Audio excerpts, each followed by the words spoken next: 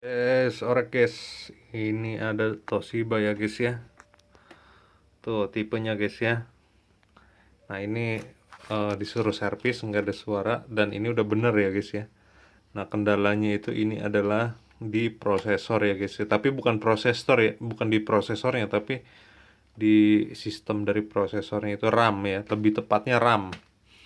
Nah jadi di awal itu saya dulu udah pernah bilang harusnya pakai USB langsung, kita nggak perlu bak bibu untuk ngetes bagian dari si prosesornya itu, mau itu RAM-nya mau itu apanya, pokoknya amplinya oke lah, semuanya oke. Intinya itu ketika kita nyolok USB itu dia baca atau enggak. Kalau baca berarti sebuah prosesor itu bekerja gitu ya guys ya.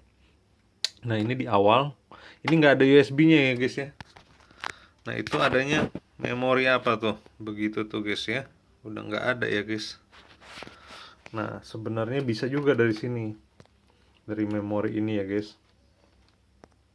Tapi kan nggak ada ya guys ya. Jadi dari memori ini untuk menentukan si prosesor bisa juga.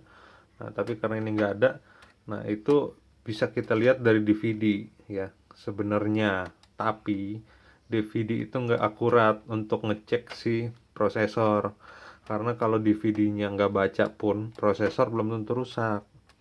Padahal memang arahnya ke prosesor DVD ini.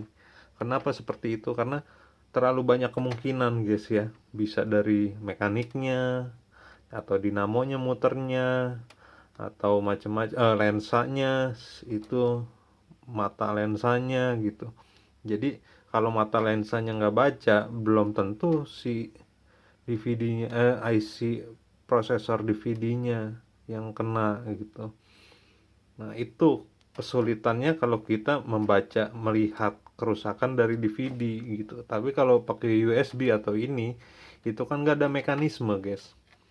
Jadi cuman apa? Memori itu kan cuman IC dalamnya itu. Jadi nggak ada mekanisme, sama seperti hard disk. Hard disk kan ada yang hard disk jadul sama yang sekarang kan SSD. SSD kan jarang gagal karena nggak ada mekanismenya, guys. Nah, sama seperti ini. Nah, ini saya lihat walaupun saya ngeceknya dari DVD tapi berbeda guys. Ini di awal tuh nggak ada nodis tapi cuman bengong doang guys. Ini kan fungsinya kita. Nah ini kayak gini terus guys. Nah ini kan ada respon.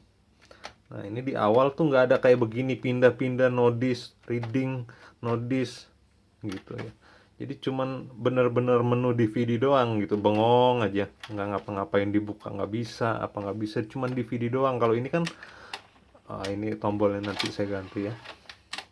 Tuh ini kan mau tuh ya, mau reading terus dia bunyi keretak keretak keretak gitu ya. Ini ada 5 CD soalnya, dia naik turun. Nah tombolnya kagak beres nih, pencet ini, saya ganti lagi tombolnya guys ya. Jadi tapi sebelum itu kita lihat-lihat dulu guys dalemannya guys.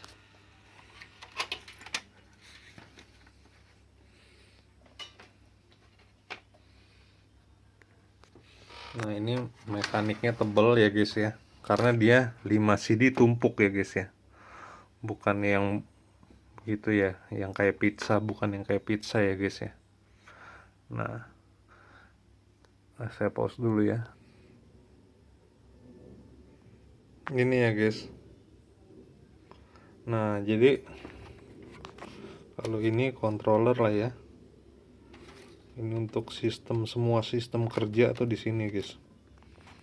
Nah kalau saya tadi DVD-nya itu bengong doang, walaupun sebenarnya USB lebih tepat, tapi DVD bengong pun itu sudah pertanda ya guys ya, dia nggak mau di open, nggak mau, semuanya nggak mau, udah DVD aja bengong gitu ya. Nah biasanya saya main antara 3 ini guys ya. Jadi sebenarnya ini paling gampang ini dulu nih guys. Paling gampang ini adalah kristal ya, atau filter kristal atau apalah gitu ya. Nah terus kita ganti antara dua ini, kita pastikan ini pastikan oke. Ya paling gampang ganti aja lah, karena ini kan banyak dan murah ya. Atau kalau punya copotan tinggal ganti copotan, kalau memang punya baru ya ganti baru gitu ya. Jadi karena ini murah dan banyak dan melimpah gitu ya, jadi nggak usah dipermasalahin, tinggal ganti. Nah lalu ini kaki-kakinya kita cek.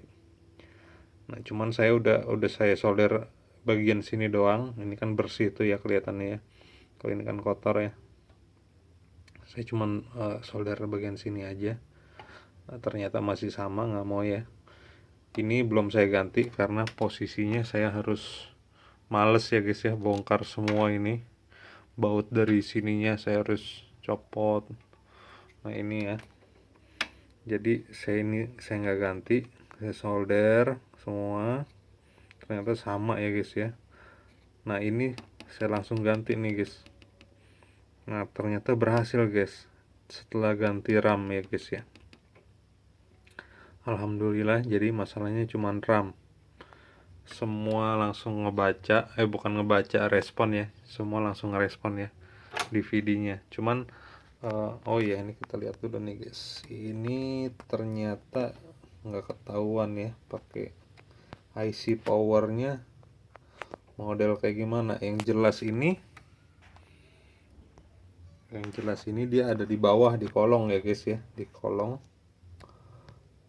Kalau modelnya begini, di kolong begini di dalam, berarti itu dia IC-nya IC kelas D ya guys ya, kelas D. Nah ini juga awalnya tuh ya, ini kan dilihat dari sini ya guys ya. Nah awalnya saya pikir ini guys, nih guys, awalnya saya pikir ini dia punya prosesor DVD-nya nih guys, si Genesis. Karena kan ini tadi ketutupan sama ampli lagi ya, sama power supply ya guys ya. Power supply-nya di atas ini ketutupan. Nah, saya keliling-keliling lihat ini guys. Nah, ini saya pikir apa ini kayak mirip-mirip IC ini, terus ada RAM-nya juga guys. Tuh. Saya juga bingung. Nah, tapi di belakangnya sini dia HDMI doang. Tuh. Jadi ternyata ini prosesor si suaranya itu, DVD dan suara kan di sini.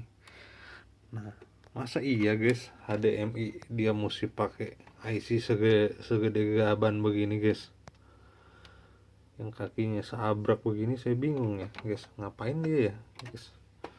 Oke, saya pikir begitu aja guys ya, walaupun jadul tapi desainnya oke, mantap, gagah, berwibawa guys ya. Oke, thank you guys.